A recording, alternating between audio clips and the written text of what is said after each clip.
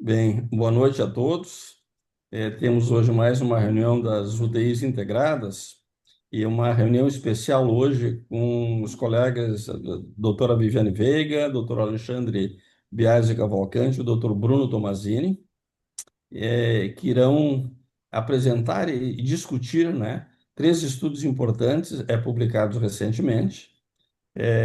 O estudo sobre corticosteroides na pneumonia da comunidade, sempre é uma discussão eterna, vamos dizer assim, o uso de corticoide.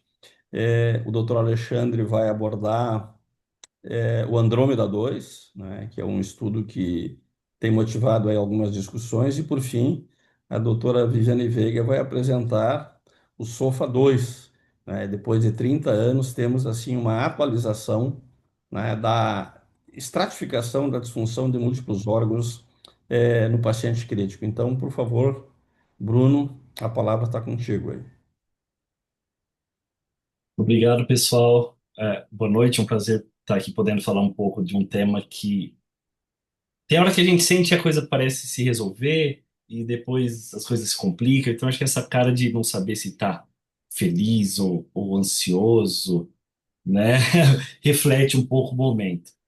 Quem não me conhece, eu sou Bruno Tomazini, sou médico intensivista aqui em São Paulo, pesquisador do Instituto de Pesquisa do HCOR, da BRICNET, da Rede de Brasileira de Pesquisa em Terapia Intensiva, do Sírio-Libanês. A gente vai falar um pouco sobre o estudo recém-publicado no New England, né, o estudo SONIA, de corticosteroides em pneumonia adquirida da comunidade, mas eu vou dar uma revisada no contexto um pouco antes disso e a gente vai para os detalhes da publicação já já. Fim de ano é movimentado, né? Tem o Congresso Europeu, daqui 2, 3 semanas tem Critical Care Reviews Down Under, então tem bastante paper aí saindo e para sair. Isso daqui é uma tabela de um artigo recente do JAMA, que basicamente traz sobre as recomendações de alguns guidelines sobre o uso ou não de corticosteroides em pneumonia, tá? A primeira coisa é que aqui todas essas recomendações, mais desatualizadas ou não que algumas possam estar, se referem à pneumonia da comunidade grave. É razoavelmente heterogêneo como se define essa gravidade, por aí vai, mas, assim, independente do guideline, então a gente pega, por exemplo, o da Society of Critical Care Medicine nos Estados Unidos, que é um dos mais recentes, né? Ele recomenda fortemente o uso em pneumonia grave da comunidade, embora ele não defina o que é grave. Isso daqui tinha o ATS 2019, mas agora, fazem poucos meses, a ATS soltou o novo guideline deles, que eles sugerem dar corticoide sistêmico para o paciente com pneumonia da comunidade grave também, embora seja uma recomendação condicional com baixa qualidade de evidência. E aqui o guideline europeu também é um pouquinho mais antigo, né, 2023, mas uma recomendação condicional. Interessante é que todo mundo aqui está falando de PAC grave, tá?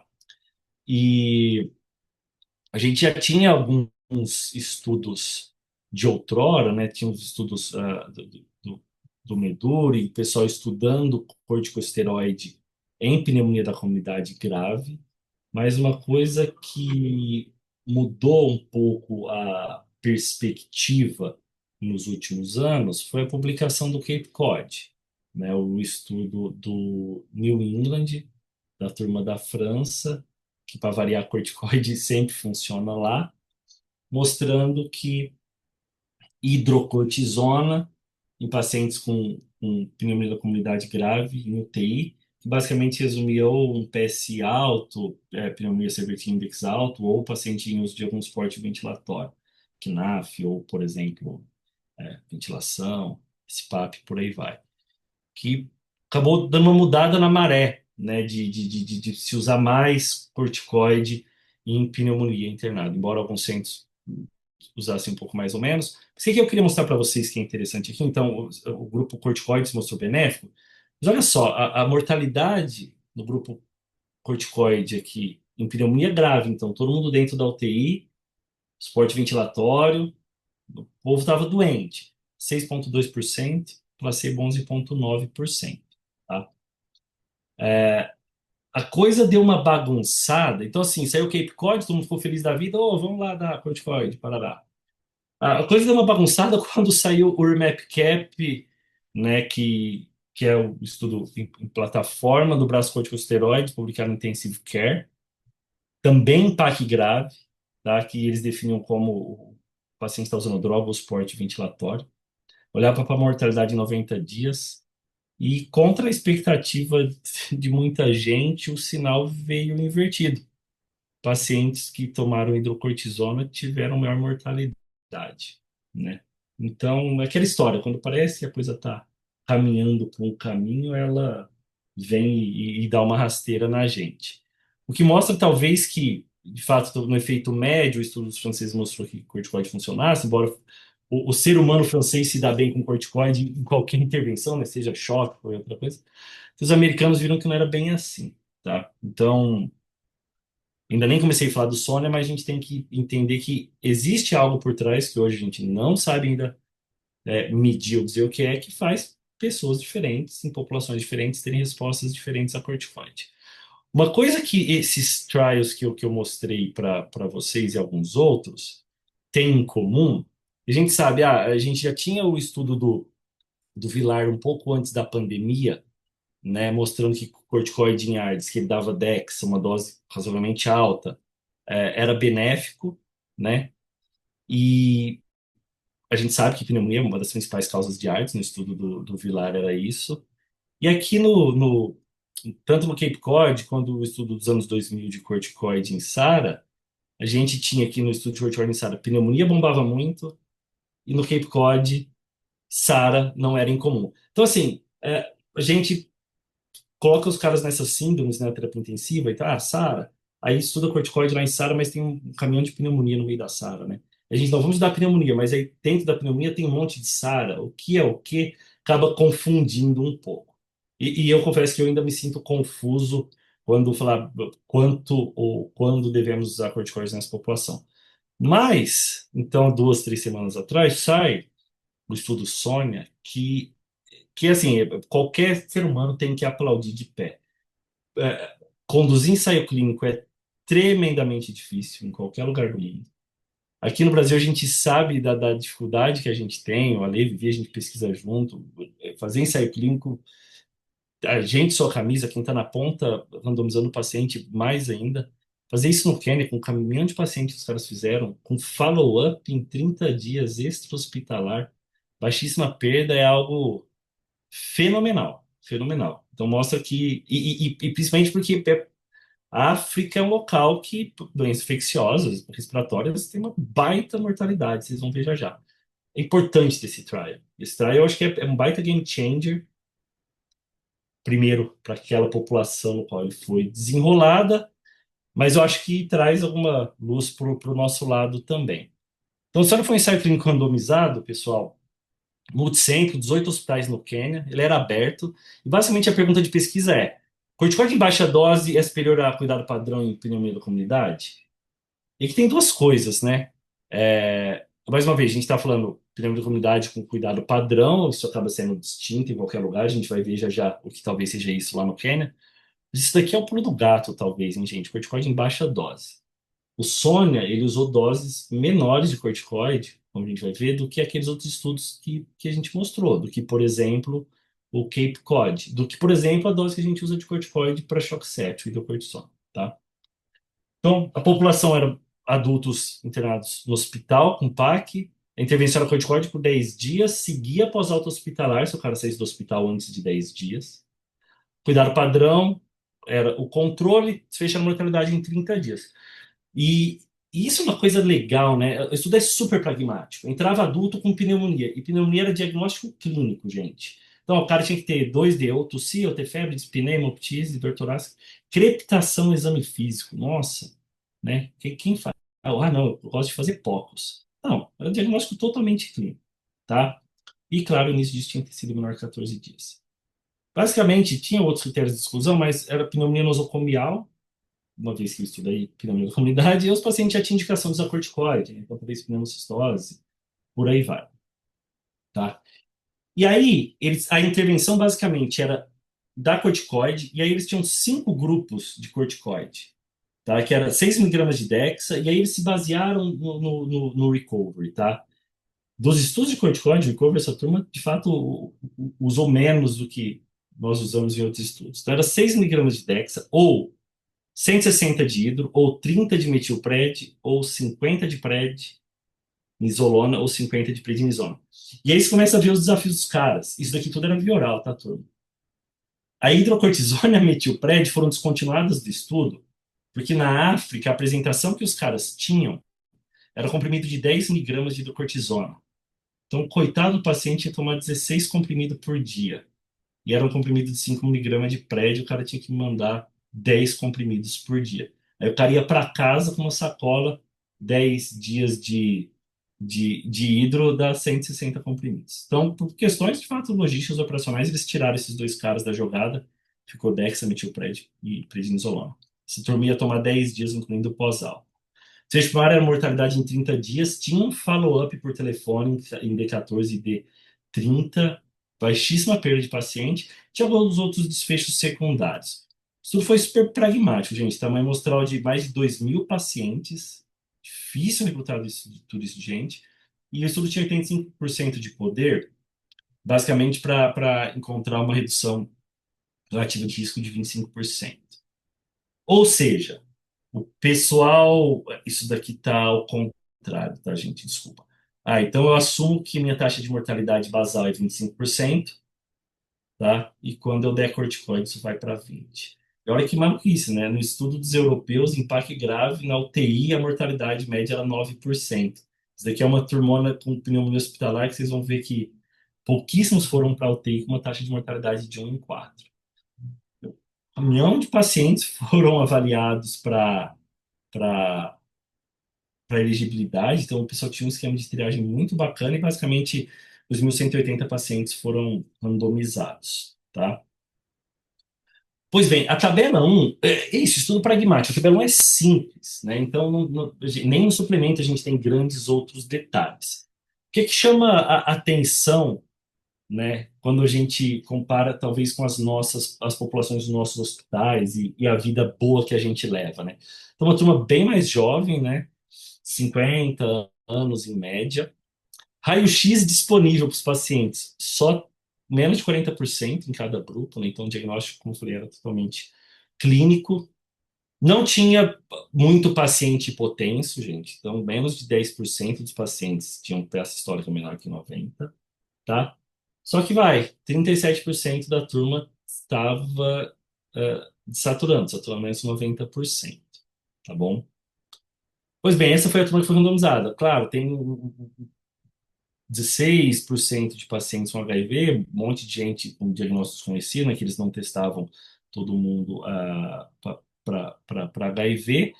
O grande ponto é que a intervenção mostrou isso daqui. Então, o uso de corticoide por 10 dias em baixa dose, qualquer um daqueles que a gente estava mostrando, reduziu a mortalidade. Isso daqui é sobrevida, tá? Então, a, aliás, desculpa, mortalidade, desculpa, eu coloquei isso. Corticoide 22% e controle 26%. Mais uma vez, né?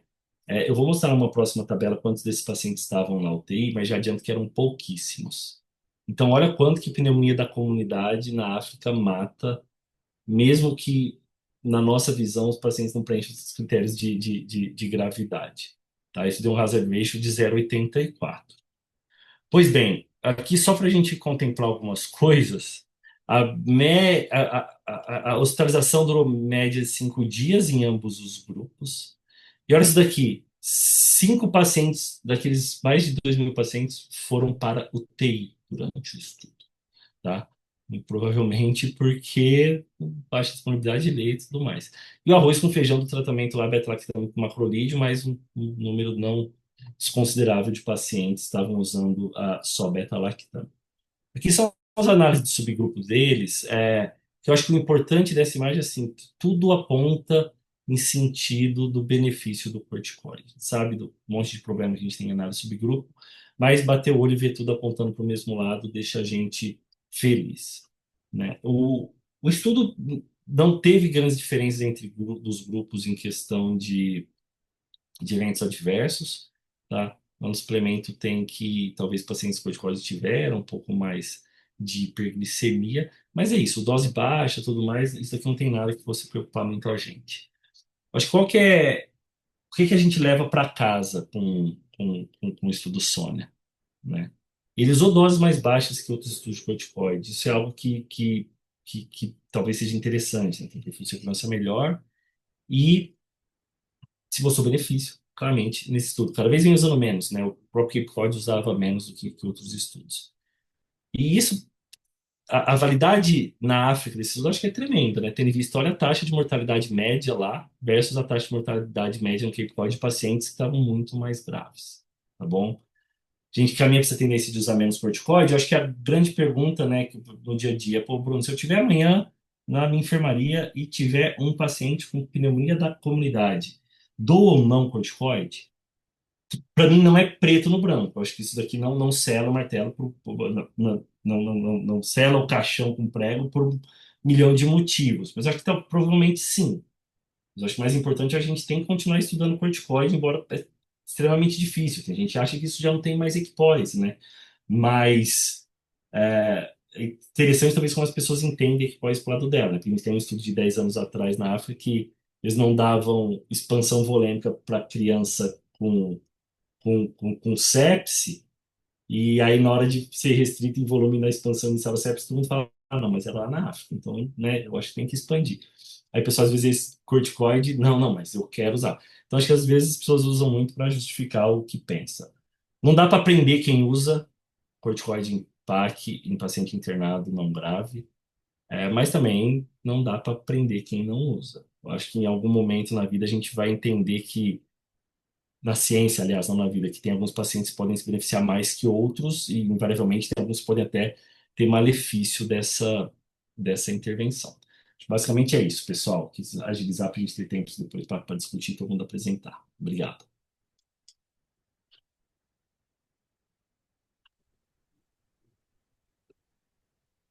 Deixamos as perguntas para o final ou fazemos a discussão agora?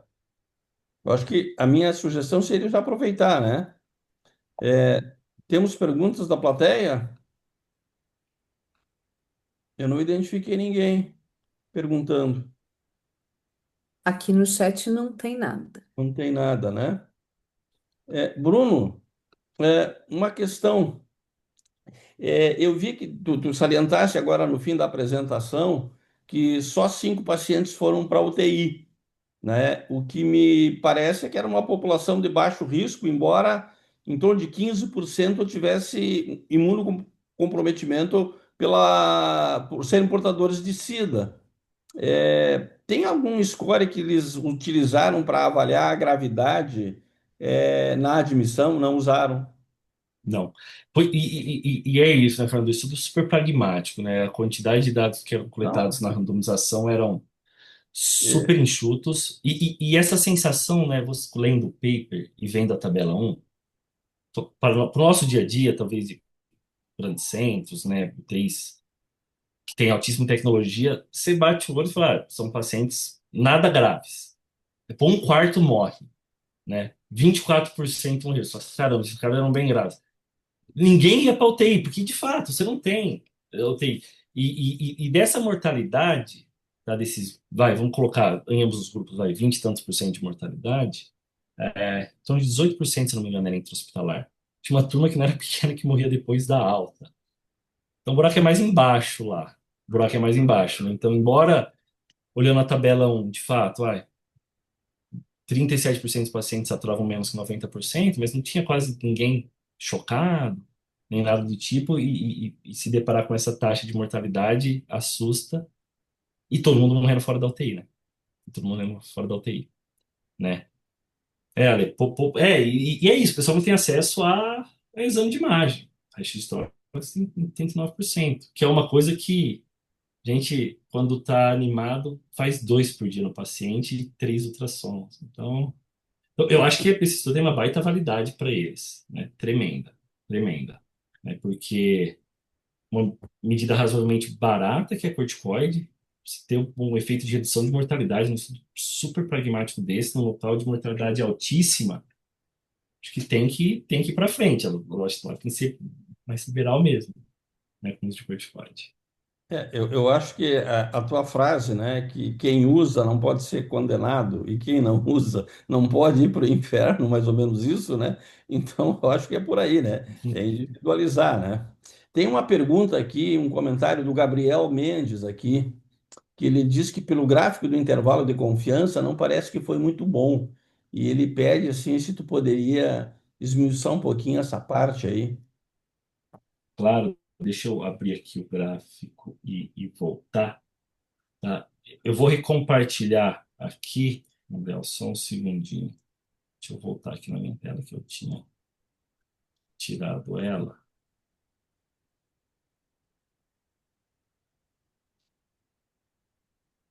Aqui o que a gente vê, né, Gabriel? A gente tem o Kaplan-Meier, né? Primeiro aqui na esquerda, deixa eu ver se eu coloco meu apontador, né?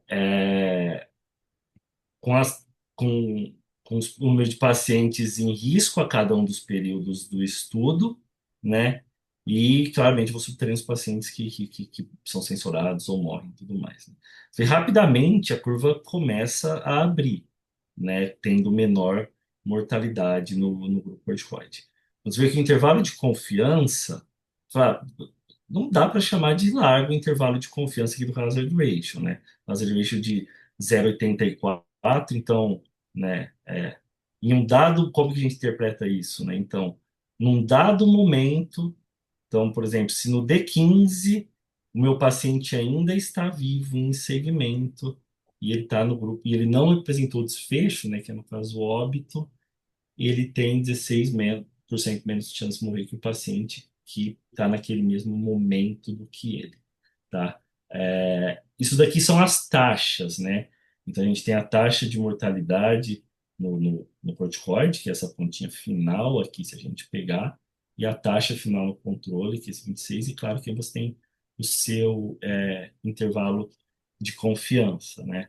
Isso daqui é um valor, esse hazard ratio, tá? O único ajuste que eles fizeram foi por centro, porque de fato o standard of care é standard, acreditamos que ele seja standard para cada local específico, né, para cada hospital. Muito difícil achar que o standard of care vai ser para o país todo. Então, por isso que ele tem um ajuste, isso daqui dá essa diferença. Você pode falar, Bruno, mas talvez a gente tenha um pedacinho desse final, desse intervalo de confiança que toca com esse. Sim, mas daqui são as taxas brutas, né, sem ser ajustadas. O que interessa é isso. E assim, não é um paper de terapia intensiva. Mas a principal causa de internação em UTI é a infecção respiratória, pelo menos na maioria dos hospitais, né? UTI clínica e UTI geral. Ver uma curva de mortalidade que abre assim rápido e permanece abertinha é bonito, a gente fica feliz, né? Então, não sei se eu tirei sua dúvida. Muito bom. Bom, a gente tem mais dois estudos aí, né? Acho que eventualmente, se tiver mais alguma pergunta no chat, depois pode responder através do chat. Vamos passar então para o doutor Alexandre Biasi Cavalcante. Alexandre, o que tu nos conta do Andrômeda 2, Alexandre? Posso fazer mais uma pergunta para o Bruno? Por favor, então, para encerrar aí. O Bruno, a gente falou aqui e na conversa com o próprio Fernando, né, de que mais um try, um resultado positivo em pneumonia comunitária grave, mas a gente ainda não está seguro, né? Parece que um pouco do problema de base aí é a questão da variabilidade do efeito do tratamento, né? O que que você acha? Você acha que já dá para individualizar o tratamento com corticoide para o paciente com PAC grave em 2025? Se Não, sim, acho, quais são acho os que não. critérios para individualizar, ou então não dá, é porque a gente Não, precisa melhorar conhecimento sobre quais são os critérios que predizem quem se beneficia ou quem tem né? malefício. Eu acho que não, em 25 não dá para ter um critério aplicável amplamente, né, para individualizar. A grande questão é, tem alguma coisa no meio, e falar tem alguma coisa no meio parece chulo. Corticoide mexe com um caminhão de coisa dentro da gente, né? Então, a resposta do indivíduo à sepsia é heterogênea. A gente não consegue predizer isso. Ah, não, mas a PCR está alta ou está baixa. Não, coisa talvez não é por aí. Tem, acho, muitos outros marcadores. seja genético, transcriptômica ou outras variáveis clínicas, os patógenos que causou, por aí vai, que, que influenciam. O problema é que a gente hoje não consegue, de fato, medir isso adequadamente. Diferente, talvez, de outras intervenções, né? Que, embora exista heterogeneidade, que também a gente não sabe medir, que a gente está discutindo isso em outros assuntos, né, Lê? Mas talvez ah, os mediadores sejam menos complexos, né? Do que no caso da corticoide, porque o efeito médio do tratamento foi benéfico aqui na África, foi benéfico nos franceses, foi maléfico nos Estados Unidos. Com certeza, teve um José lá que foi muito bom tomar corticoide. Mas teve um José, um Paulo, que morreu por causa do corticoide. E teve um Carlos que sobreviveu porque não tomou, e sei lá, teve o Bruno que morreu porque não tomou. O problema é que a gente não sabe diferenciar esses caras hoje, né? Então, futuro, quem sabe os próximos 5, 10 anos a gente consegue ter mais dados, seja de ômica, teômica, transcriptômica, né? A inteligência artificial pode ter um papel nisso, que a gente consegue medir melhor esses mecanismos que estão no meio do caminho, para aí continuar estudando, mas talvez com mais propriedade, né?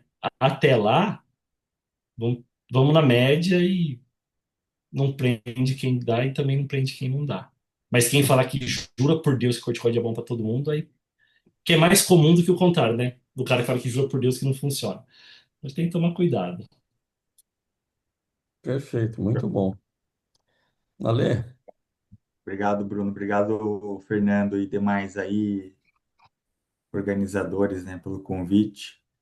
Bom, eu vou compartilhar aqui minha tela com vocês e eu vou apresentar o Andrômeda 2. Deixa eu, vamos lá. Vocês estão enxergando minha tela? Sistema. sim. Tá. Eu vou apresentar o Andrômeda 2. O Andrômeda 2 foi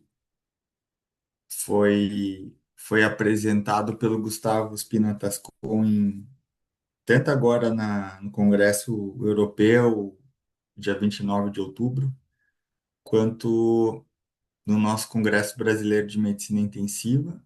Então, talvez alguns de vocês já tenham assistido.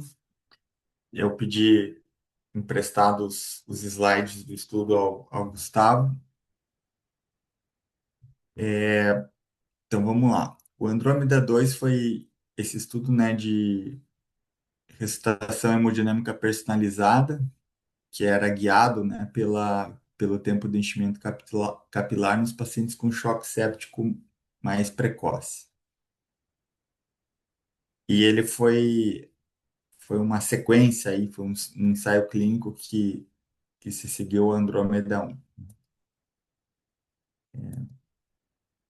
Então, aqui algumas considerações, né, sobre a ressuscitação do paciente nas primeiras horas do choque séptico e um dos alvos aí das missões do intensivista ou do emergencista, né, que atende o paciente com choque séptico é buscar melhorar a perfusão tissular. Isso inicialmente você faz muito via melhorar a macrohemodinâmica, a pressão arterial e outros marcadores de hemodinâmicos, visando tentar melhorar mesmo a perfusão dos tecidos e esperar que isso leve a uma melhora do metabolismo celular e da respiração celular, né?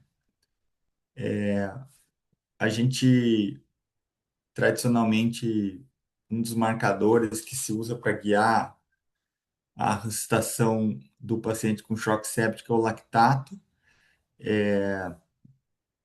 O lactato, no entanto, ele é um marcador que a gente vê aqui nesse gráfico de cima, ele... Deixa eu ver se eu consigo ajustar isso aqui na minha tela. Que ele tem uma cinética mais lenta, ele demora mais para normalizar, né? Mesmo após 24 horas, ele continua, ele demora para normalizar, que é uma relação, esse número aqui é uma relação do da valor, uma, uma média normalizada, quantas vezes acima da mediana o valor está, né? E já o tempo de enchimento capilar, que está aqui no gráfico de baixo, ele é um marcador que tem uma cinética mais rápida. Você acessa a beira-leito e ele tende a ter uma recuperação mais rápida nos pacientes com choque séptico. Além disso, o tempo de enchimento capilar ele tem uma resposta e ele de fato ele responde de uma forma mais rápida às manobras, né? Então, um paciente que você, por exemplo, dá fluido, que não tem resposta a fluido, em termos de débito cardíaco, ele também não muda o tempo de enchimento capilar, ao passo que aquele paciente que é respondedor a fluido, ele tende a ter uma resposta clara, assim, em poucos minutos, né? E você vê que em 2, 4, 5, 6 minutos você já tem uma bela de uma queda no tempo para enchimento capilar, e isso, então, te dá nos dá, né, um recurso que você consegue avaliar de uma forma mais pronta se o paciente está respondendo ou não a uma intervenção. Fora o fato de que o lactato ele é um exame laboratorial, você precisa solicitar o exame, esperar isso voltar do laboratório, e tem um tempo de cada laboratório, aí, mas frequentemente isso vai passar de meia hora, uma hora para você ter o retorno do exame. Ao passo que o lactato você pode fazer ele quantas vezes quiser na beira do leito e você ter uma monitorização e um resultado imediato, né? Bom, o Andrômeda 1, né, que foi o precursor aí desse projeto, ele foi publicado em 2019. Eram pacientes também com choque séptico. O estudo Andrômeda 1 ele também testava-se um protocolo que visava reduzir, que era focado, né, guiado pela redução do tempo de enchimento capilar, poderia ser superior à recitação guiada pelo lactato em termos de reduzir mortalidade. Os resultados do Andrômeda 1 eles foram interessantes no sentido de que o valor de P foi 0,06, né? Você olha a estimativa de efeito em relação à mortalidade foi 0,75, mas com intervalo de confiança amplo e que não foi significativo, então sugerindo um potencial efeito em mortalidade, mas que não era significativo.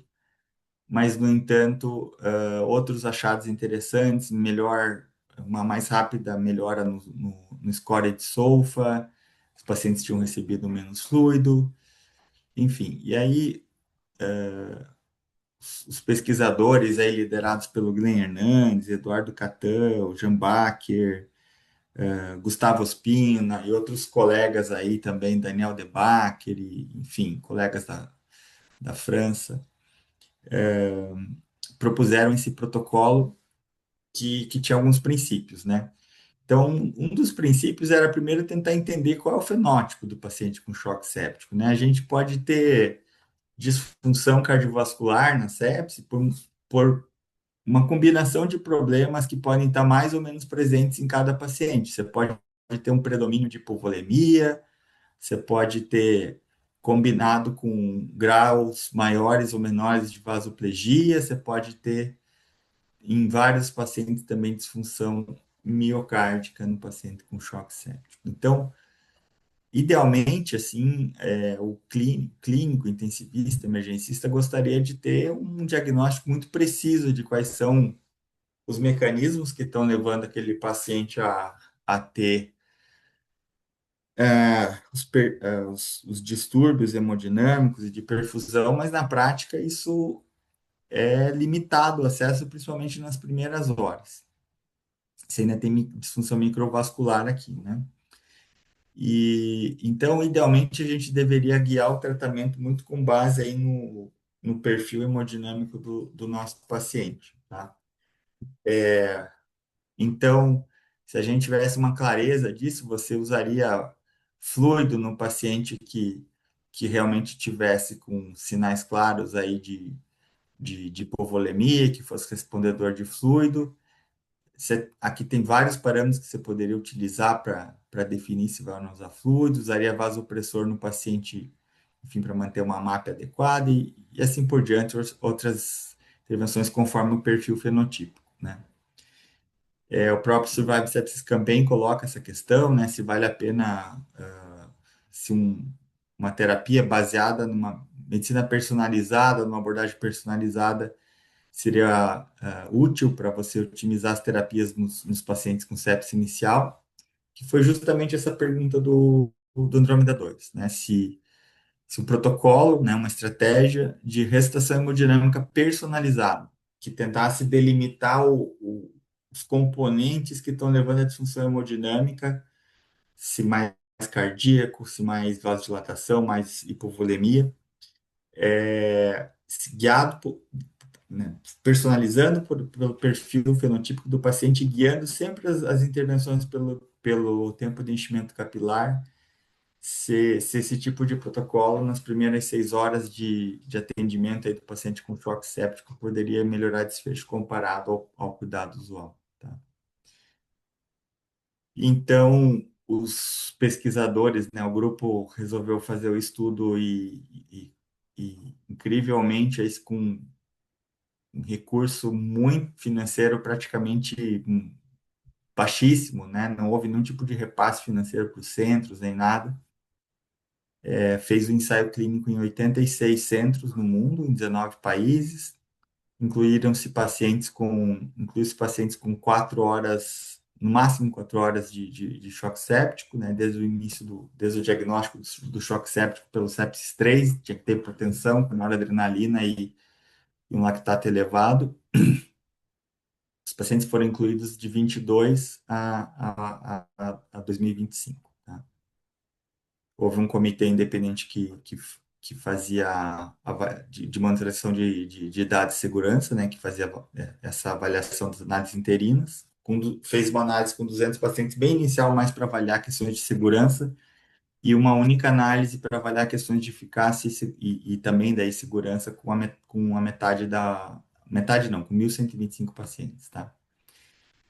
O objetivo principal era avaliar se essa estratégia de ressuscitação hemodinâmica personalizada e guiada pelo tempo de enchimento capilar poderia melhorar um desfecho composto, né? E uma das estratégias do estudo foi utilizar um desfecho composto hierárquico. Então, em primeiro lugar, você tem a avaliação de mortalidade, em segundo lugar, a duração do suporte vital, e em terceiro lugar, a duração da hospitalização, versus o cuidado usual nesses pacientes com choque séptico, com a hipótese de que a estratégia melhoraria esse desfecho composto e hierárquico. Tá?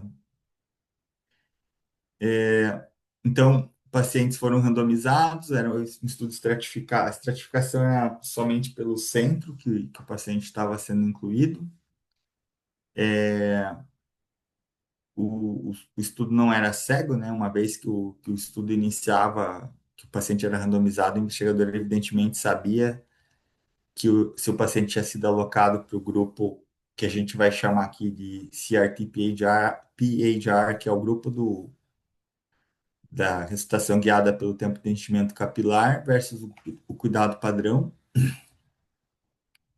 Aqui alguns critérios de exclusão, mas basicamente eram aqueles pacientes que já tinham passado mais de 4 horas desde o início do choque séptico, que estivessem sangrando, ou então pacientes com situações como não DNR, né, com status de não ressuscitação, uma cirrose avançada, tempo de expectativa de vida menor que 90 dias, gravidez, síndrome do desconforto respiratório agudo grave, ou então aquele paciente que não era possível fazer avaliação do tempo de enchimento capilar, tá? O desfecho primário, como eu já expliquei antes, era um desfecho hierárquico composto, que, em primeiro lugar, a gente tinha mortalidade de 28 dias, por qualquer causa. Em segundo lugar, duração do suporte vital, e aqui era considerado droga vasoativa, ventilação mecânica e terapia de reposição renal. E o terceiro nível da hierarquia aqui era o tempo de hospitalização, tá? Tudo em 28 dias. Como é que esse tipo de desfecho composto e hierárquico analisado? A gente utilizou essa técnica que chama win ratio. o que que se faz aqui, né? O in-ratio, ele basicamente, você pega cada paciente do grupo tratamento, paciente a paciente, vamos dizer que a gente tem o primeiro paciente do grupo tratado, e aí você vai comparar como é que foi o desfecho desse primeiro paciente com o primeiro paciente do grupo controle. E começa essa comparação pela parte mais alta da hierarquia, que é morte. Então, por exemplo, se o paciente do grupo tratado sobreviveu e o paciente do grupo controle morreu, esse primeiro par, essa primeira comparação, é uma vitória para o lado do grupo tratado. Tá? Se, por outro lado, os dois pacientes sobreviveram, aí você vai em 28 dias, ou seja, aí se considera que é um empate, e aí você vai para o desfecho de baixo, que é a duração do suporte vital. Ou seja, eu só vou olhar a duração do suporte vital se os pacientes empataram em relação à mortalidade. Se um dos pacientes morreu, acabou, não se olha mais nada para baixo, tá? Por isso que é hierárquico. Primeiro, sempre a mortalidade. Se empatou, eu olho para baixo. Aí, ok, duração de suporte vital, o par de pacientes sobreviveu em 28 dias. Qual paciente ficou mais tempo, considerando droga vasoativa, ventilação mecânica e terapia de reposição renal? Ah, o paciente do grupo tratado ficou mais tempo em vasopressor ou em ventilação mecânica ou terapia de reposição renal. O tempo total de duração do suporte vital for maior no grupo tratado. Perdeu uma vitória para o grupo controle, ou seja, uma derrota para o grupo tratado, ok? E assim vai. Se tiver empate na duração do suporte vital, ficar o mesmo tempo, aí você vai para o tempo de hospitalização. Aqui é só mostrando, né, como que se avalia o tempo de enchimento capilar, se usa uma lâmina de microscópio, de vidro, se comprime o leito unguial aqui por uns 10 segundos, depois remove a lâmina e se conta com o cronômetro quanto tempo leva para encher o leito unguial. É um teste feito à beira-leito, sem nenhuma tecnologia mais especial, além dessa lâmina de vidro. E o tempo de enchimento capilar é considerado anormal quando ele está acima de 3 segundos, né? Até 3 segundos é normal. Pessoal, aqui está o protocolo que foi proposto para os centros implementarem. Lembrem que esses centros implementaram isso nas primeiras 6 horas, né? Então, havia lá o pesquisador treinado do centro que implementava esse protocolo nos pacientes randomizados para o grupo experimental. E o primeiro, eu não vou entrar a explicar cada detalhe aqui do protocolo, mas eu vou dar as linhas gerais, tá? Ele tinha, vamos dizer, duas partes, né? O Tier 1 e o Tier 2, duas partes principais. A maior parte dos pacientes eu só ia até o Tier 1, não necessitava necessariamente chegar no Tier 2, tá? Então, qual que era a ideia? Começa e você avalia o tempo de enchimento capilar e a partir daí você vai tomando as decisões. Então, o tempo de enchimento capilar é o alvo de recitação e você avalia ele em números, em vários etapas diferentes aí dentro do algoritmo, né? Então, se, por exemplo, o paciente já inicia com tempo de enchimento capilar normal, alguns pacientes com choque séptico iniciavam, aliás, 36% já tinham tempo de enchimento capilar normal logo no início, né? Você não precisava fazer nenhuma intervenção adicional, a não ser ajustar a droga vasoativa para manter uma pressão acima de 65 de média. Aqui tem que lembrar uma coisa também, tá, pessoal? Os pacientes que entravam no estudo, eles já tinham recebido restação de fluido inicial aí em torno de 20 ml por quilo em média, tá? Então, quando eles entravam, já tinham recebido fluido. Então, o primeiro pilar era isso, era normalizar o tempo de enchimento capilar. Se esse tempo de enchimento capilar tivesse normal de cara, como eu já falei para vocês, não se fazia nenhuma intervenção suplementar, a não ser ajuste de vasopressor para manter uma pressão normal, acima de 65 de média, e se reavaliava a cada hora o tempo de enchimento capilar. O segundo pilar é tentar identificar o padrão hemodinâmico, né? E para isso se utilizavam dados que eram, vamos dizer, proxies, que eram indicativos de que você tinha um comprometimento hemodinâmico basal. Por exemplo, paciente que tinha uma pressão de pulso menor que 40, sugestivo de volume sistólico baixo, então você, por exemplo, o próximo passo seria a avaliação de resposta a fluido para ver se era hipovolemia, né? Paciente que tinha uma pressão diastólica menor que 50, sugestivo de vasodilatação, então o próximo passo era você ajustar a norepinefrina até você conseguir uma sistólica maior que 50. No Tier 2, no começo do Tier 2, você já tinha quer dizer, chegasse, fizesse todos esses passos do Tier 1, mesmo assim continuasse com o tempo de enchimento capilar alterado, se fazia o ecocardiograma. E aí, se tivesse disfunção cardíaca, se entrava com tratamento específico com dobutamina. E outro aspecto importante, um terceiro pilar, é que se usava avaliação sistematicamente, né, de resposta a fluido, né? Não se fazia fluido sem fazer uma avaliação se o paciente era respondedor a fluido, né? Para isso se aceitava mais de um método, né? Avaliação de pressão de pulso, mas havia outros métodos que eram aceitáveis também.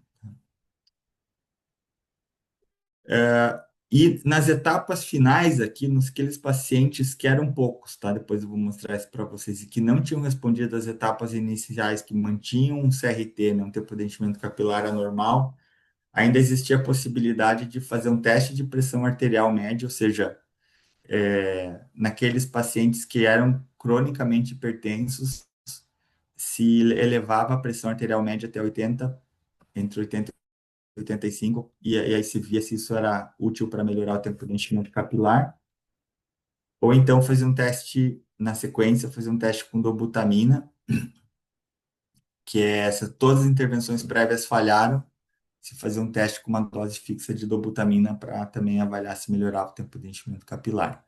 Que são alguns detalhes da organização, né, aqui do estudo. A gente aqui no Brasil, no HCOR, participou com a parte do gerenciamento de dados, com a análise estatística do projeto, contribuímos também com a parte do desenho. Na Fundação Vale del Lili, que é um hospital de ponta na Colômbia, onde fica o Gustavo Ospina, o grupo que está com ele avaliou a parte de aderência ao protocolo, então eles dividiram os algoritmos em vários nós, vários núcleos diferentes, avaliava a aderência aí a cada parte dessa. O estudo, o objetivo era incluir 1.500 pacientes, né, e o cálculo do tamanho amostral ele foi feito para permitir que a gente conseguisse ter um poder de quase 90%, né, de 88%, assumindo que você teria em 28 dias uma redução de mortalidade na casa dos 39 para 33 e uma redução do suporte vital na casa aí de um pouquinho mais de um dia, né, de 5,6 para 4,1 dias, e uma redução do tempo de internação na casa aí mais ou menos de um dia, um pouco mais de um dia também. Esses dados aqui que a gente utilizou para calcular tamanho amostral e fazer as simulações, que foi tudo feito usando algumas simulações, eles vieram do Andrômeda 1, tá? Os tempos as mortalidades, o tempo de suporte vital, assim por diante. A análise foi por intenção de tratar a análise primária, né, como eu já falei para vocês, foi para calcular essa estatística que é o win rate, a razão de vitórias. No final, eu expliquei como é que a gente calcula as vitórias, e o win rate é basicamente a gente dividir quantas vitórias teve no grupo tratado por quantas vitórias teve no grupo controle. Só isso. Talvez tem mais vitórias de um lado do que do outro para aqueles desfechos usando aquela hierarquia, como eu já comentei. E a gente estratificou pela Apache, ou seja, você calcula o win rate entre os pacientes com a Apache menor e o win rate entre os pacientes com a Apache maior e faz o combinado aí dos dois win ratios, tá? Aqui tem só de novo uma explicação, né, de como é que interpreta o win ratio. Acho que vocês já entenderam pelo que eu falei antes, mas não custa repetir, porque às vezes para muita gente é uma novidade essa estatística. Mas o win ratio estratificado, ele expressa a proporção dessas comparações par a par nas quais a intervenção ganha do controle dividido pela proporção dessas comparações par a par, nas quais os controles ganham, tá? Considerando aí essa hierarquia dos desfechos aí. Basicamente, você vê se tem mais vitórias do lado do tratado que do controle. O estudo foi conduzido nesses países que estão marcados aqui no mapa, então teve participante nas Américas, predominantemente aqui na América do Sul e no México, teve alguns poucos pacientes dos Estados Unidos também. Foram 800 e poucos pacientes aqui nas Américas. Na Europa, a gente teve mais de 600 pacientes. A Espanha incluiu muito, muito paciente, mas teve inclusão também em outros países europeus e teve inclusão na Ásia. Aqui está um pouco da curva de recrutamento no tempo, né? Chegou-se aí aos 1.500 pacientes incluídos em abril desse ano. Foram triados 3.000 pacientes, desculpa, foram triados, deixa eu só tentar tirar aqui isso, 4.500 pacientes, dos quais 3.000 excluídos, boa parte porque não era elegível, principalmente por conta do tempo do choque séptico acima de 4 horas, ou porque teria uma cirurgia nas próximas horas, ou porque se antecipava aí uma sobrevida de 90 dias, uma sobrevida menor que 90 dias, assim por diante, tá? Poucos deixaram de ser incluídos porque o clínico não conseguia avaliar o tempo de enchimento capilar, né? Você tinha muito paciente elegível, mas que não foi incluído por questões logísticas também, às vezes não tinha nenhum investigador na hora que o paciente tinha sido detectado como elegível. Então, em última instância, foram incluídos 1.501 pacientes. A análise, ela considerou todos os pacientes randomizados, independente da aderência à randomização. Houve exclusão da análise somente daqueles pacientes que tiraram consentimento, ou então que o paciente tinha sido randomizado por engano, tá? Houve alguns casos assim que o paciente não era elegível e foi randomizado por engano, esses foram excluídos. Que as características iniciais dos pacientes, eles eram pacientes com idade mediana de 60 e poucos anos, distribuição de sexo predominantemente masculino. A gente vê aqui a gravidade dos pacientes com score Apache aí, mediano na casa dos 19, 18, e um SOFA de 8 nos grupos, com um score de morbidade de Charlson de 4, tá? A fonte de infecção, o que predominou no Andrômeda 2 foram pacientes com fonte abdominal de infecção, quase metade dos pacientes, tá? E pouco tempo entre o início, 2 horas, né, entre o início do choque até o paciente ser randomizado. Aqui alguns dados de base ainda também, esses pacientes eles tinham recebido em média 22 ml por quilo, 21, 22 ml por quilo de fluido, antes de serem randomizados, já tinham sido recebido aí uma quantidade razoável de fluido, e tinha uma pressão média, claro que com droga vasoativa, de 69 mediana, tá? Na randomização.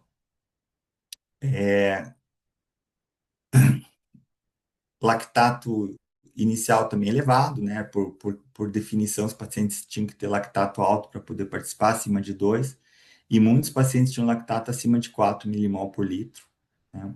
Mais de 40%. Então, vamos lá. Vamos falar do resultado principal. O desfecho primário, né, que foi analisado em 720 casos do grupo experimental e 747 casos do grupo controle. Lembra que a gente compara cada paciente do grupo experimental com par a par, né? Vamos dizer, o primeiro paciente do grupo experimental par a par com cada um dos pacientes do grupo controle. Eu comparo o seu João com o primeiro paciente do grupo controle, o seu João com o segundo paciente do grupo controle, o seu João com o terceiro, assim por diante. Então, eu parei todos os pacientes do grupo experimental com todo o grupo controle e vou contando essas vitórias.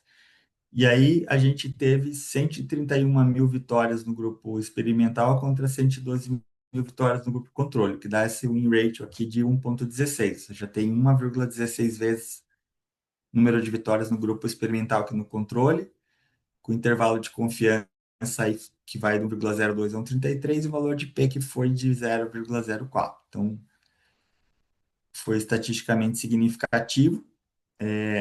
E quando a gente vai ver em mais detalhes, a gente teve, então, 48,9% das comparações foram vitórias para o grupo experimental, 42% para o grupo controle, e teve 9% de empates, né?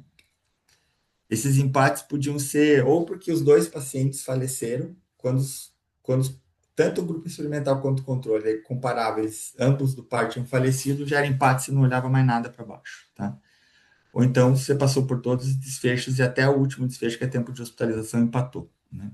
Mas, em geral, esses empates eram por óbito dos dois lados. E aí, quando você vai olhar por tipo de desfecho, né? Vitórias por mortalidade, é muito parecido entre os grupos. Vitórias por duração do suporte vital, é aqui que está a grande diferença, né? A gente, 26% de vitórias no grupo experimental contra 21% de vitórias no grupo controle. Então, é aqui que você tem maior diferença, aí uns 5% a mais de vitória no grupo experimental que controle, justamente pela duração do suporte vital, né? Tempo de hospitalização também não mudou muito entre o grupo experimental e o controle. Tá?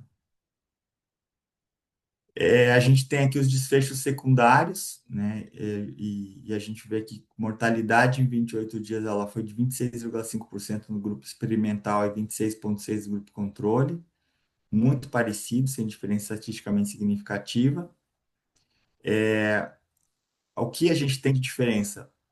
Dias livres de suporte vital foram 16 versus 15, então é um dia mais livre de suporte vital no grupo experimental. Os pacientes eles ficam menos tempo ou com diálise, ou com ventilação mecânica, ou com vasopressor.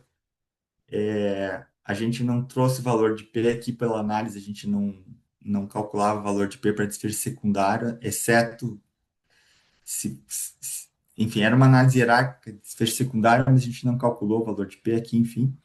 Mas, obviamente, o intervalo de confiança é favorável, você percebe que, de fato, aqui é que está o efeito, né?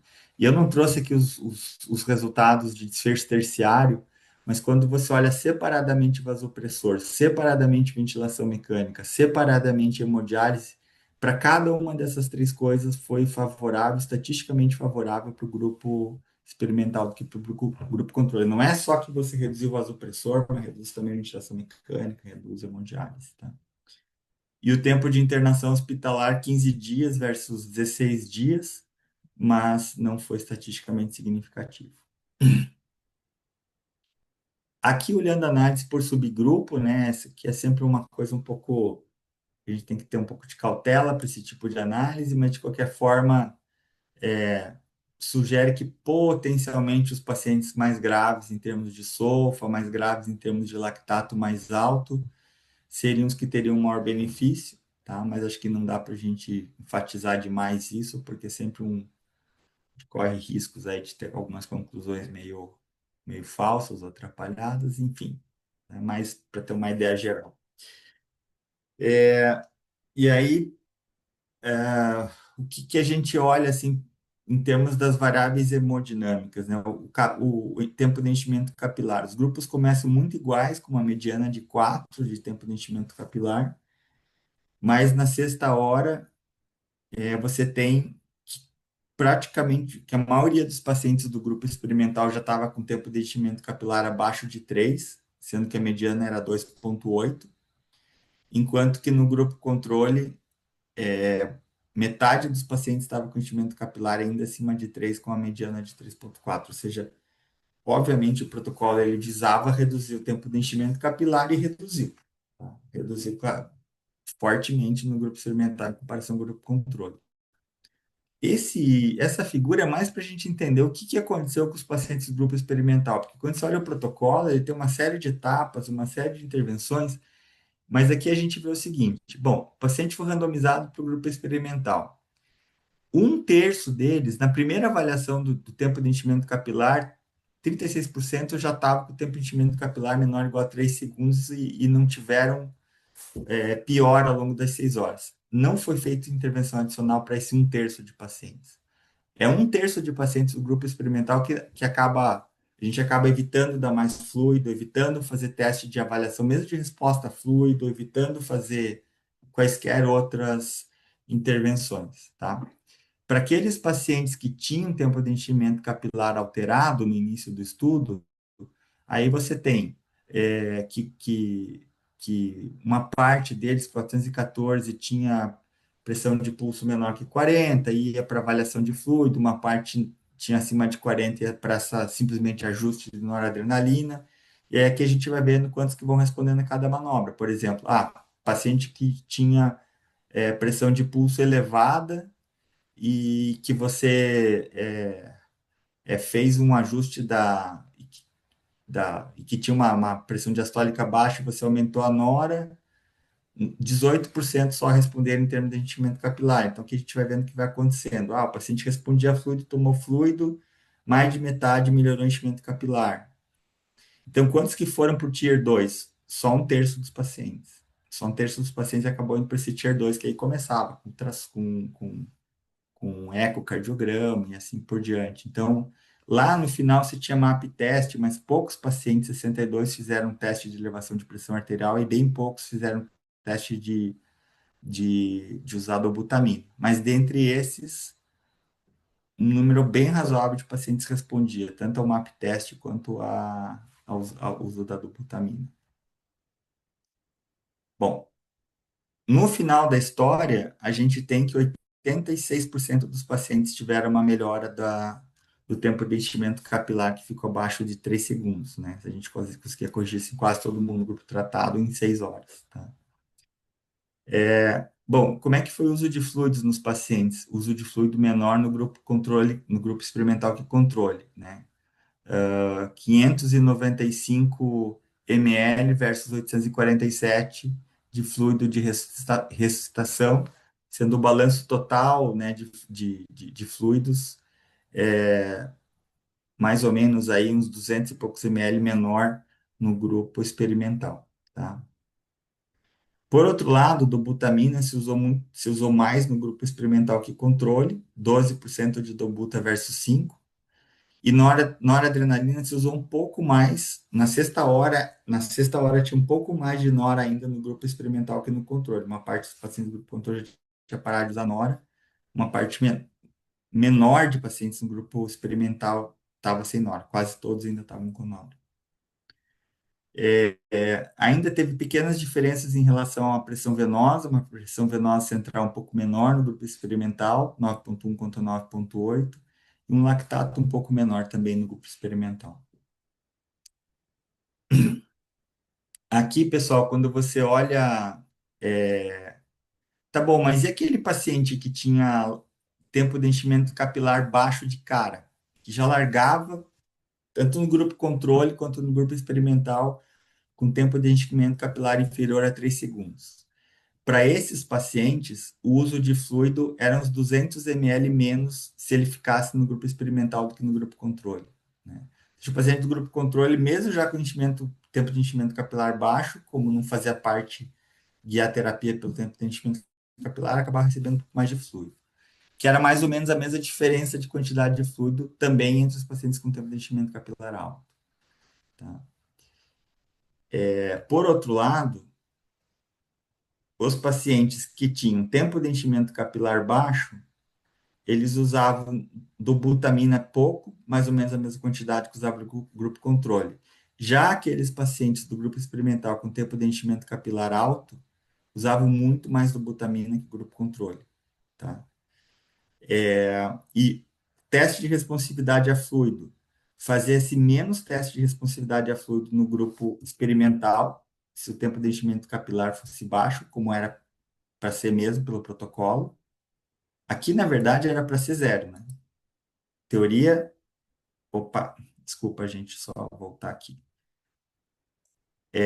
Não deveria fazer teste de responsividade a fluido nesse grupo, a não ser que em algum momento das primeiras 6 horas o tempo de enchimento capilar voltasse a ficar alterado. E aí você faria o teste, como deve ter sido o caso desses 25% aqui. Muito mais teste de resposta a fluido, talvez mais fluido mesmo no grupo controle, tá? E aí é o contrário no grupo experimental. O grupo experimental, sim, você personaliza, identifica o paciente com tempo de enchimento capilar, e aí sim você faz teste de resposta a fluido com mais frequência que o grupo controle, tá? Então, indicando mesmo que a terapia acabou sendo personalizada conforme o perfil do paciente, tá? A aderência ao protocolo foi boa, assim, desvios maiores aconteceram em só 6% dos casos, e alguns desvios menores aconteceram em 15% dos casos. Então, aqui algumas limitações, o estudo não é cego, né? Virtualmente impossível fazer um estudo como esse cego.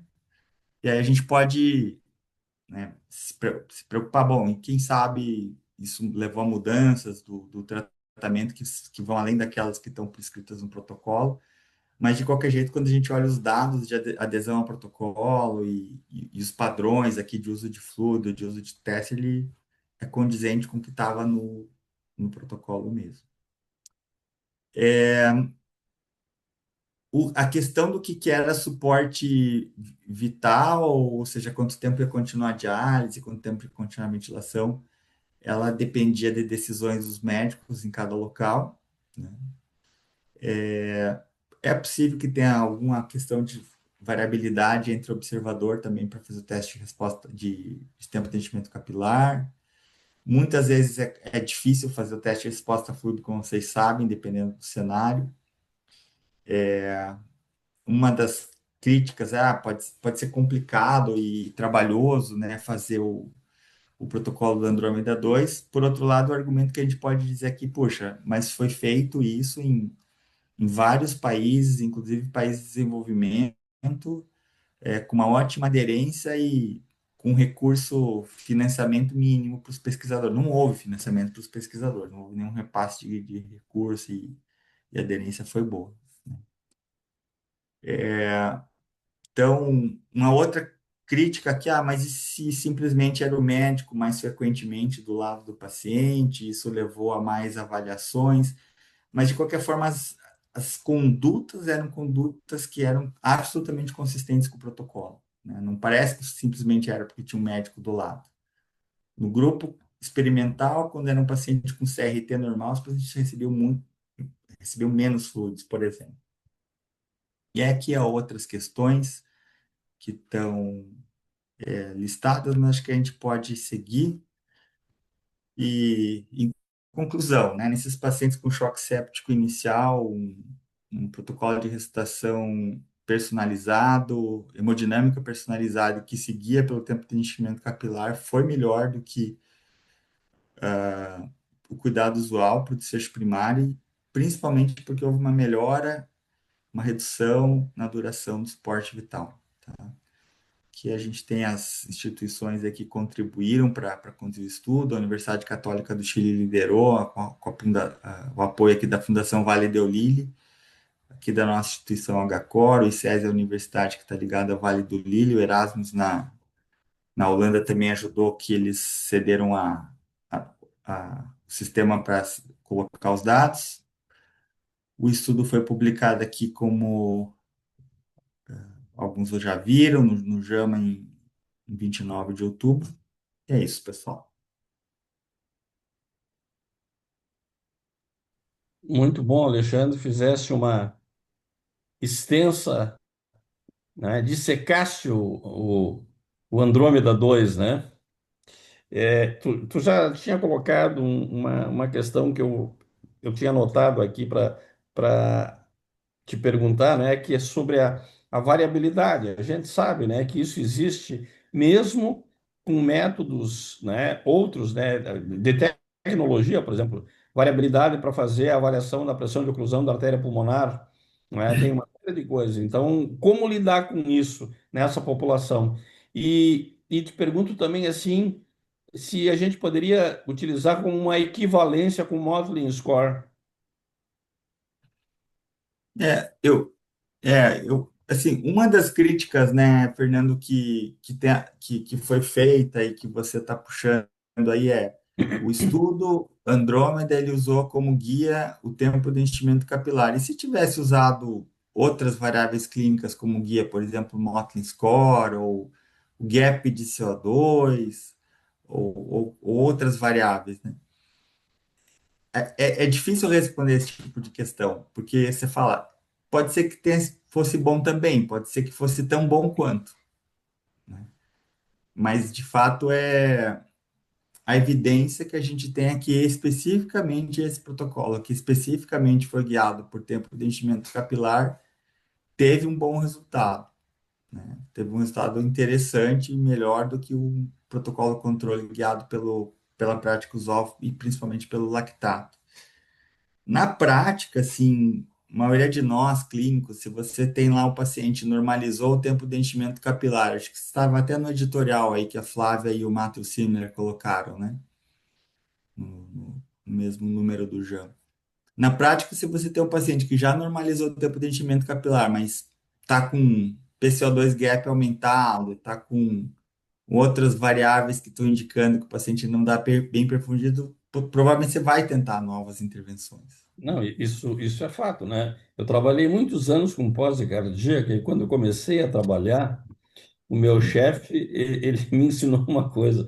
E um dia desse, não é ninguém que estava conversando, né? O paciente pós-operatório de cirurgia cardíaca, a gente, foi com o João. O João deve estar aí. A gente começa examinando pelo pé. Se o pé está quentinho, ele está bem, não é? O ruim é quando o joelho está mais quente que o pé. Aí a coisa tá complicado, né? Então, de fato, essa é uma verdade clínica, a gente poderia dizer. É isso aí, não é, Exato. pastor João? É isso mesmo, tô aqui. Eu começo examinando o paciente pelo pé, eu pego no pé primeiro. Até porque às É, vezes é só isso que a enfermagem deixa de tocar, né? Eles pegam o paciente logo de cara. Mas o que eu ia comentar, Lê, é que, na verdade, talvez o meu a principal crítica é que talvez chamar de direcionado pela perfusão só, né? Que na verdade espera um pouquinho, meu amor. É um protocolo maior, né? Um deles foi para ECO, foi para outras avaliações também, né? E não sei, talvez seja o ideal, né? Talvez a gente tenha chegado numa questão mais ideal. Você começa por aqui e vai direcionando para as outras coisas, né? O que eu acho que é bacana do Andrômeda 2 assim, é que você tem uma proposta de um protocolo que, do ponto de vista fisiológico, ele faz muito sentido, que ele tenta, né, levar em conta e colocar, vamos dizer, no papel o que experts de altíssimo nível da área, né, pessoas como que estudam isso, que são interessadas por isso, né, como, enfim, que tem esse nível de compreensão que o Fernando, que pessoas aqui do nosso grupo têm em relação à hemodinâmica, fala, olha, isso faz sentido de ser feito na prática, classificar o paciente como um perfil mais vasodilatado ou com mais provável redução de débito cardíaco, e aí seguir isso de uma forma sistemática e tentando otimizar o tempo de enchimento capilar. Um segundo ponto é que as intervenções mais simples, aquelas que estavam no Tier 1, resolveram o problema de dois terços dos pacientes. E aí você É. acaba reservando as coisas mais complicadas e mais também controversas, como, bom, mais complicadas como eco, né? Uhum. Mais controversas como fazer um MAP teste, que é aumentar a pressão arterial no paciente que já é previamente hipertenso, ou que usou dobutamina, mais para o final, mas que no conjunto, na média, para os pacientes foi interessante, os pacientes foram bem, principalmente em termos de, quando você olha cada variável isolada, né? Menos vasopressor, menos duração de vasopressor, todos os pacientes começaram com vasopressor, mas quando você olha também em hemodiálise, menos duração de hemodiálise, menos ventilação mecânica, menos duração de ventilação mecânica, que são desfechos importantes para os pacientes. muito bom. Acho que é uma valorização da clínica, né? E agora assim, acho que é um protocolo que enfim, foi validado em múltiplos países, né? Então É. também a gente pode imaginar que não é um estudo unicêntrico que só deu certo sei lá, num centro acadêmico de Não, não, altíssima. não é o estudo da GRIT. exato. Então, assim, bom, acho que é altamente, vamos dizer, interessante a gente considerar de puxar esse protocolo e para o nosso meio, né? Para o nosso cenário, né? Muito bom. Vive, não Vamos, menos importante, ficasse por último aí. Estamos já com vamos. um pouco avançada, então Sim, vamos não, contar eu vou com a ser tua bem capacidade de síntese. objetiva para não passar muito do tempo. Pode deixar. Então vamos lá. A gente vai falar sobre o tão esperado Sofa 2. Então a gente teve a publicação, né, duas publicações simultâneas, né, no JAMA e no JAMA Open, com o desenvolvimento e a validação.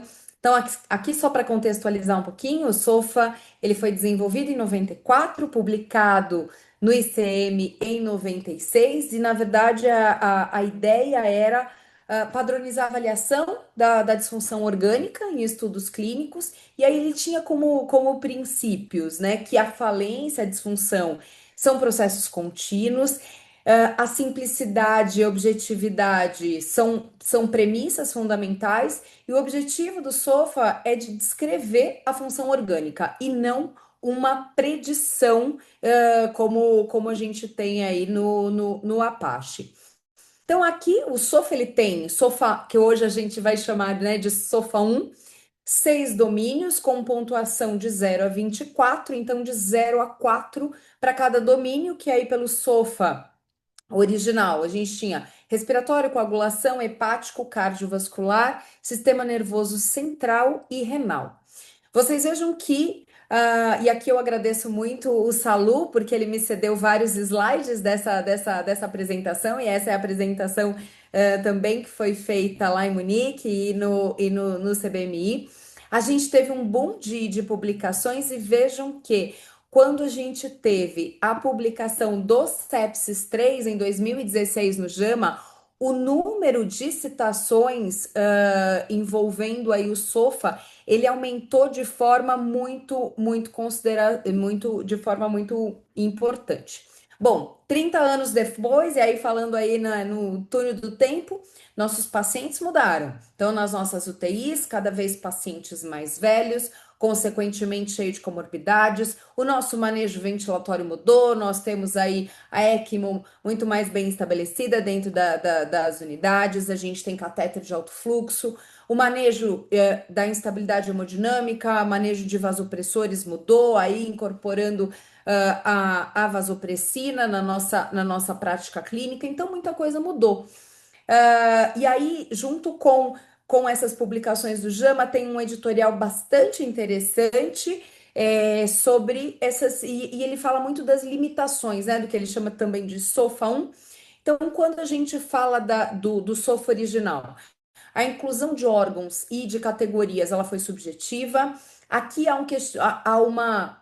uma questão relacionada a alguns parâmetros, e aí quando a gente fala de sistema nervoso central, por exemplo, o Glasgow, ele não é um bom parâmetro para avaliar a função cerebral, né? Nos casos, por exemplo, de encefalopatia séptica.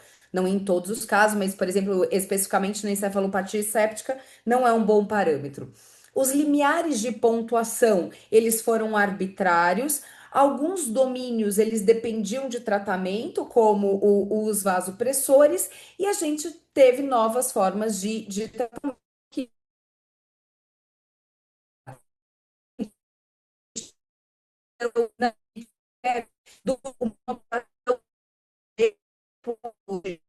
do grupo europeu, então, a gente participou dessa publicação, não era muito forte, né? Eu estudava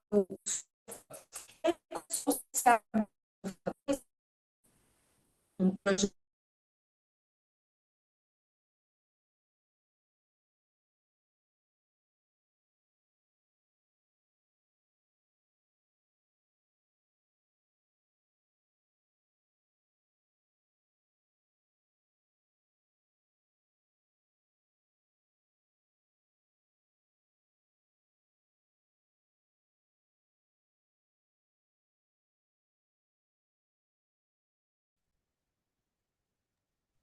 Puxa, a Vivi caiu.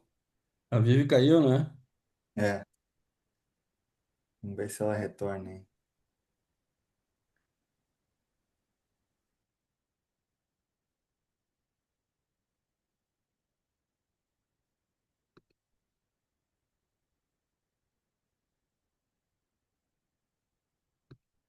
Aí, readmitida. Desculpem, eu caí. Não, tudo bem. Não sei até onde vocês me ouviram. Então vamos lá, eu vou voltar aqui. Então, a gente teve o desenvolvimento, então, o trabalho durante 2 anos e meio do Sofa 2. Então, eles dividiram em oito sistemas, e aqui incluindo gastrointestinal e sistema imune como potenciais aí para serem inclusos no Sofa original. Os 6 outros domínios, eles foram mantidos. Bom, e uma coisa importante é que a gente tinha diversidade geográfica, socioeconômico destes membros que faziam parte desses comitês, também uma equidade em relação a gênero.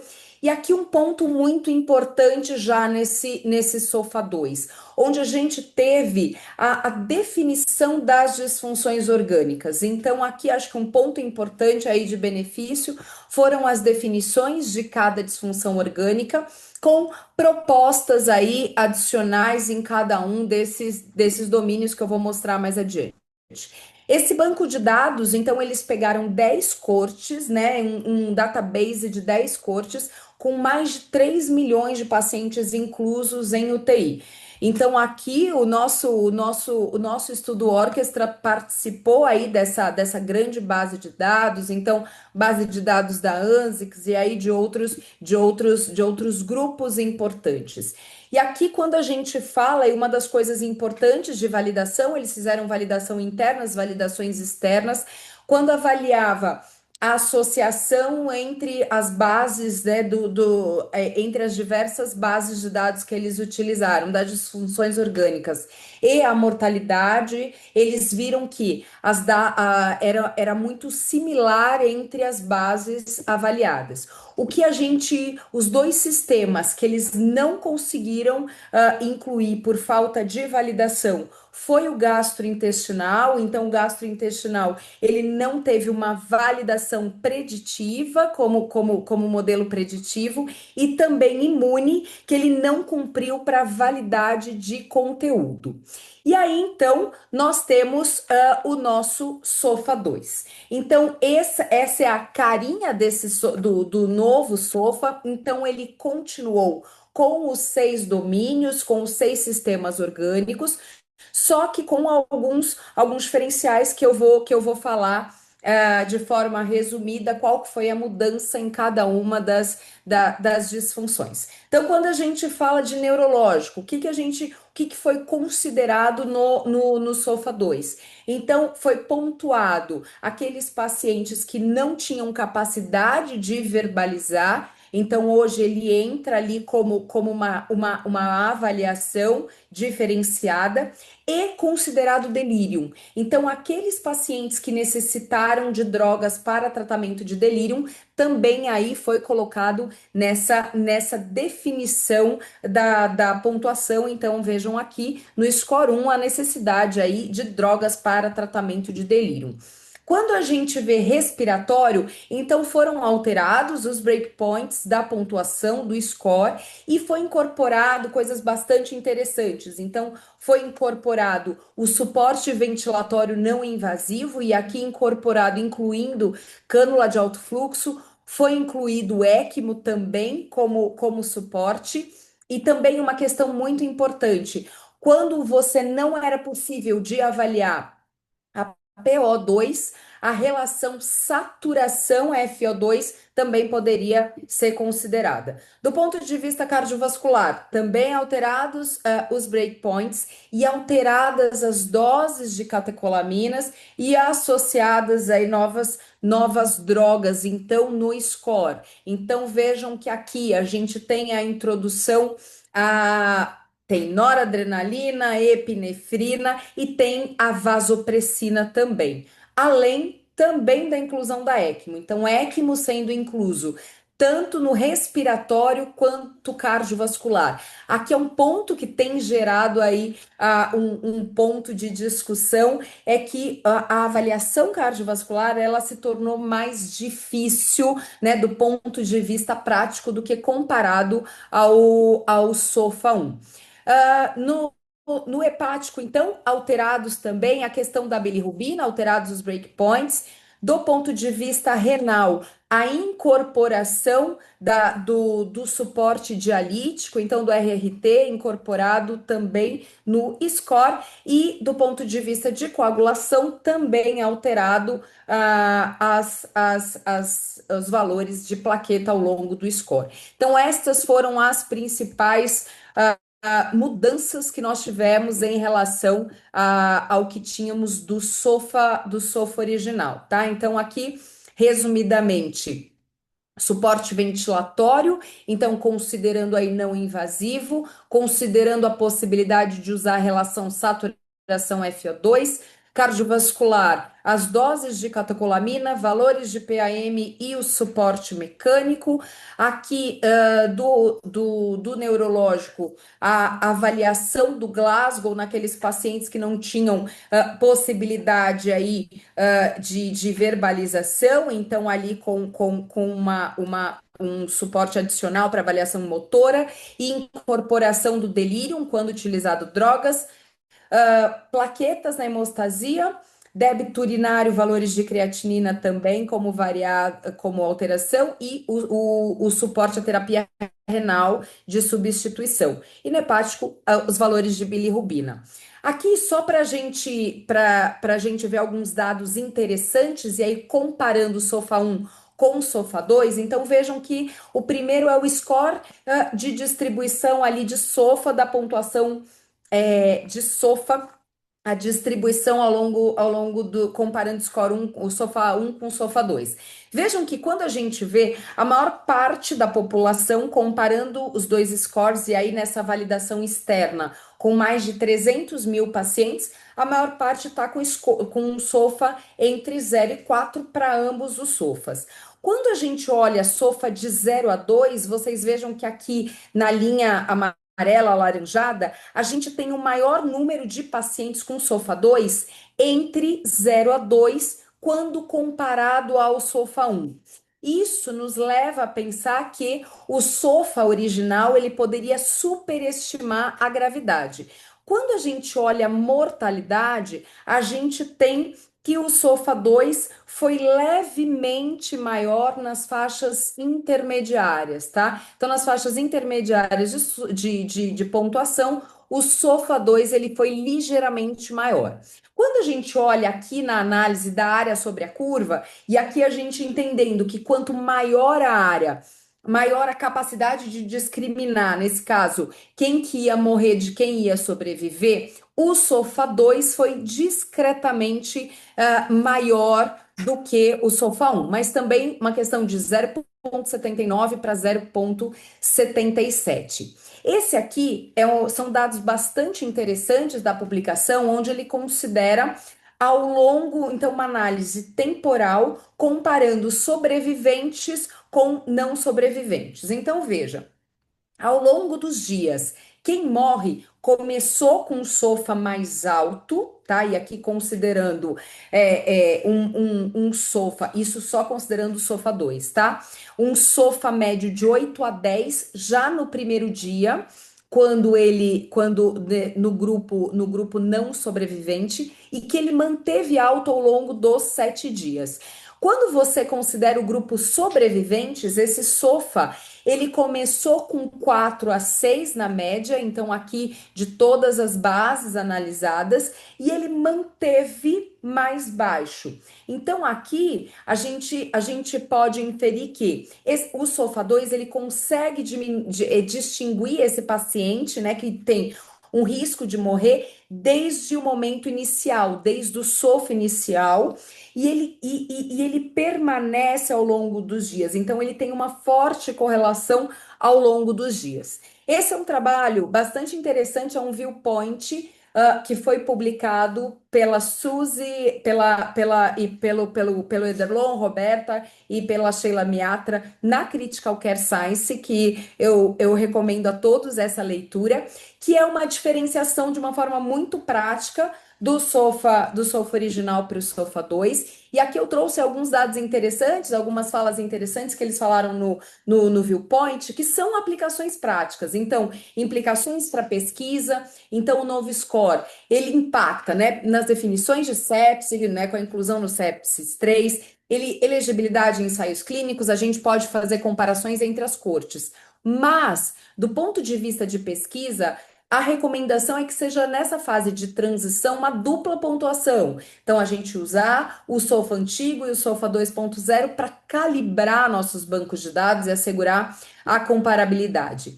E como perspectivas futuras, obviamente, ainda a gente necessita de uma validação prospectiva em diferentes contextos, e especialmente, né, nos limites, nos low and middle income countries e em doenças negligenciadas. E aqui, como exemplo, a malária, o HIV e a dengue. E ainda se prevê, né, a integração com inteligência artificial, big data e monitoramento aí por trajetórias para um sistema dinâmico e continuamente ajustável. Então, acho que como mensagens aí finais, o SOFA atualizado, né, ele é importante para refletir esses suportes orgânicos atuais, mas mantendo o foco principal como um preditor de disfunção orgânica e não de mortalidade, a avaliação de disfunção orgânica.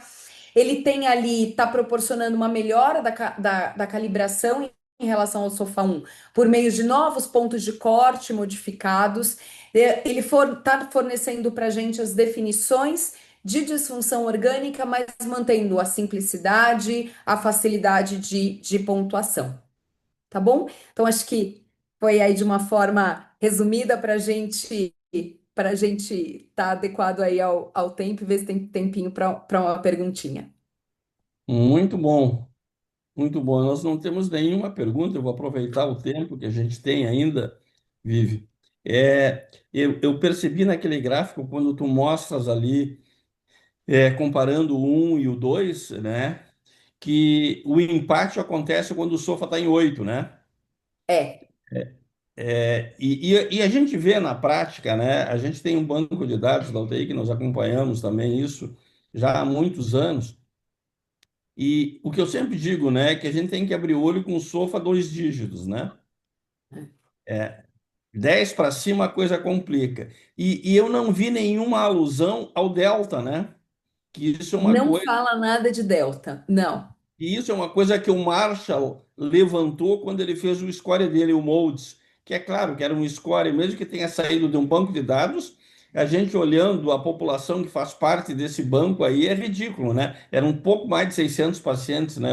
O banco que o Marshall desenvolveu, o Modes, né? Porque o delta é uma coisa importante, né?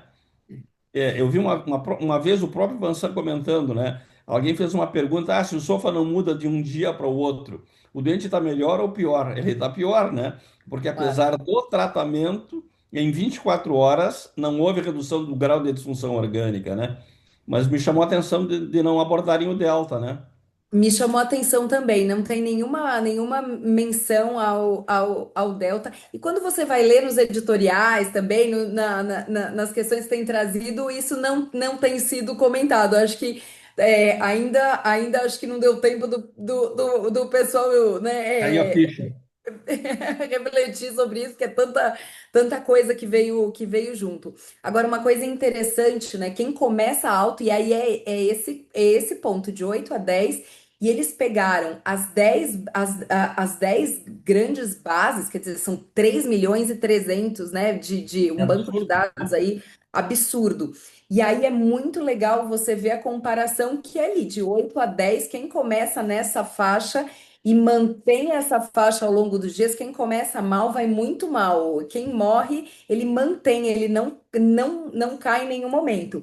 E o sobrevivente, ele tem ali o 4 a 6, então tem ali o 6 a 8, que é uma zona aí cinzenta, né? Mas ele manteve baixo o tempo inteiro também, ao longo aí de uma semana. Então, isso é bem interessante, essa questão temporal, essa uniformidade, né? Perfeito. Bom, eu acho que nós estamos já com um horário bem avançado. Gostaria de agradecer, então, Alexandre, Vivian, Tomazini, né? Foi uma noite bastante rica aí, não é? Não sei se tu tem alguma consideração mais, João, para fazer. Não, acho que só considerar que eu fiquei muito contente com que o Sofa realmente acrescentou a Ecmo, né? Eu sou entusiasta, tá, dos dispositivos e tal, eu gosto muito, então mostra de que realmente os dispositivos eles estão aí para ajudar e estão sendo considerados. É mais ou menos por aí. Perfeito. Então, muito obrigado, pessoal. Uma boa noite para Boa todos aí noite e para até todos. a Tchau, próxima tchau. semana aí.